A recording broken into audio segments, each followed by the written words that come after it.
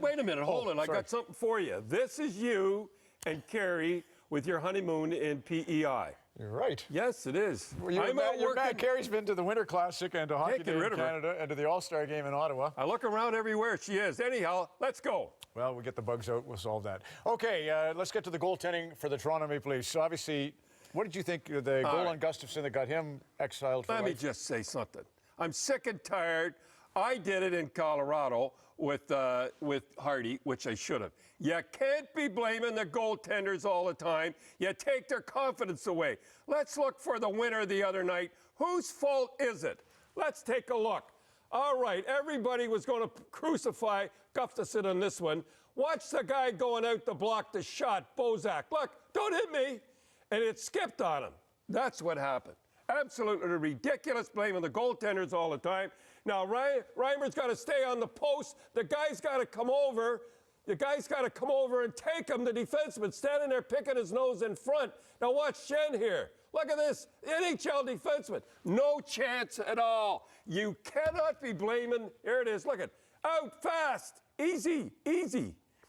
No chance. You can't be blaming the goaltenders. The management can't be saying, oh, well, they're not doing that well. We're looking for somebody else. It's the same thing if you were doing a job and your boss said, you're not doing a good job. We're looking for somebody else. I've been living with that for about 28 years. You should. You cannot absolutely be berating, as you would say, your goaltender. It's not their fault. It's a defense. What would you get a veteran? Because they're 27 and 21 years old, or young guys, too young. I don't know. It's not too late now. Let them go. I would go with Reimer or one of them and go with the guy. You can't be pulling them in and out. Go with them, sink or sing. And Reimer, before he got hurt, he was 4-0 before he got hurt. He was playing great. He was playing great till he got conked on the head. And then he comes back.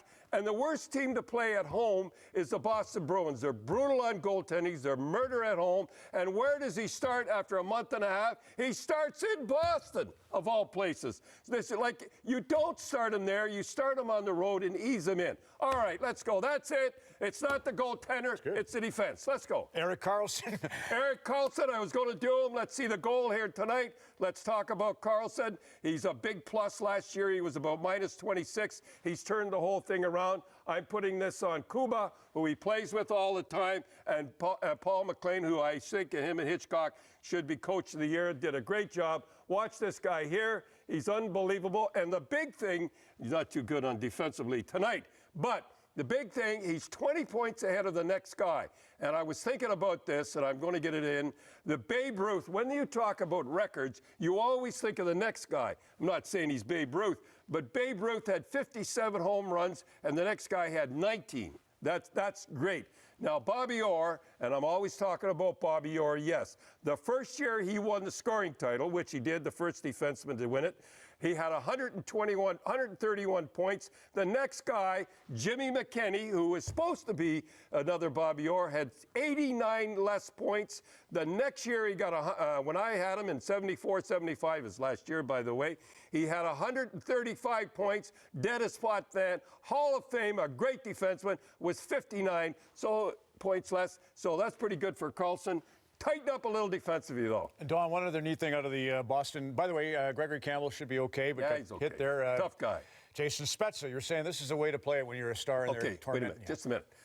I'm not going into Crosby, the whole deal and all that, but I told him you don't have to be as scared. Your buddy Brad, he does the same thing. Brad Richards, he says, you don't have to be afraid, but this is how you act. You don't have to be a murderer. Watch Spezza, he's not afraid here. Look, he pushes a little bit, and he pushes him back. He's not afraid. He pushes him back. But you don't have to go and kill guys. And you notice nobody ever runs at Spezza, and nobody runs at Richard. Don't be looking for trouble, like I said, and I won't find you. Joey McDonald. Joey McDonald, Pittsburgh, Nova Scotia. Father's a ferryman. Here's a guy that was a backup, and Howard went down. He went in. You know what his record was when he went out? 6 wins, 1 loss, 188 average, and save percentage 931. I just love guys that like that get in. Why we're in, congratulations on their record and the whole thing, and congratulations on Vancouver beating it. I mean, they walked in and beat them, but somehow or other in Detroit, I'm against Detroit Red Wings. How could I be against the Red Wings with Mr. Ilitch? I mean, the greatest sports owner in the history of any sports. He's unbelievable. He rescued them and everything. What I was upset about, all the reporters said, look at Detroit. They don't fight, they win. And all I was saying is Boston, New York, and Vancouver fight, and they win. Somehow or other, it was putting down Detroit. Not true, but they're looking pretty tough tonight. Frank Palazzzi's got a great mask. We wanted to get that in. We got to go quick here. All right, Frank Palazzi played for Kingston, and now he's with Kitchener Rangers. And that's Rocky up above I put there.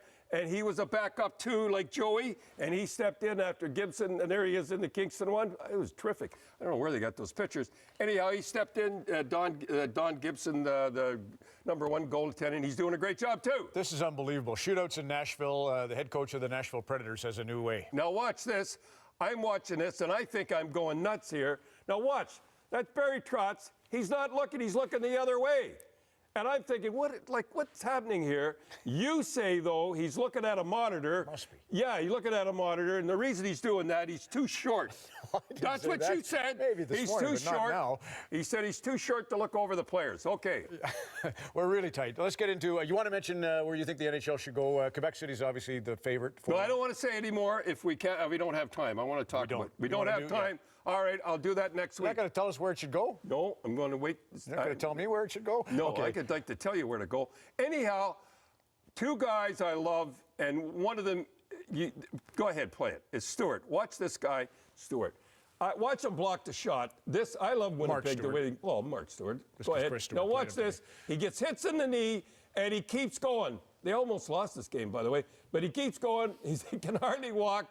And he keeps going. Watch, he cross-checks a guy. This is what you call a warrior. And he falls down. Now watch when he goes. I mean, he keeps on. There's a big schmozzle after that, and he wants to go after everybody. And he's really, now watch it. Inside the knee, if anybody knows how to play defense, and that's the worst place other than the ankle to get hit. And there he is, a warrior going off. Now, another warrior I'd like to talk about, and I probably be the last time, is Brendan Witt.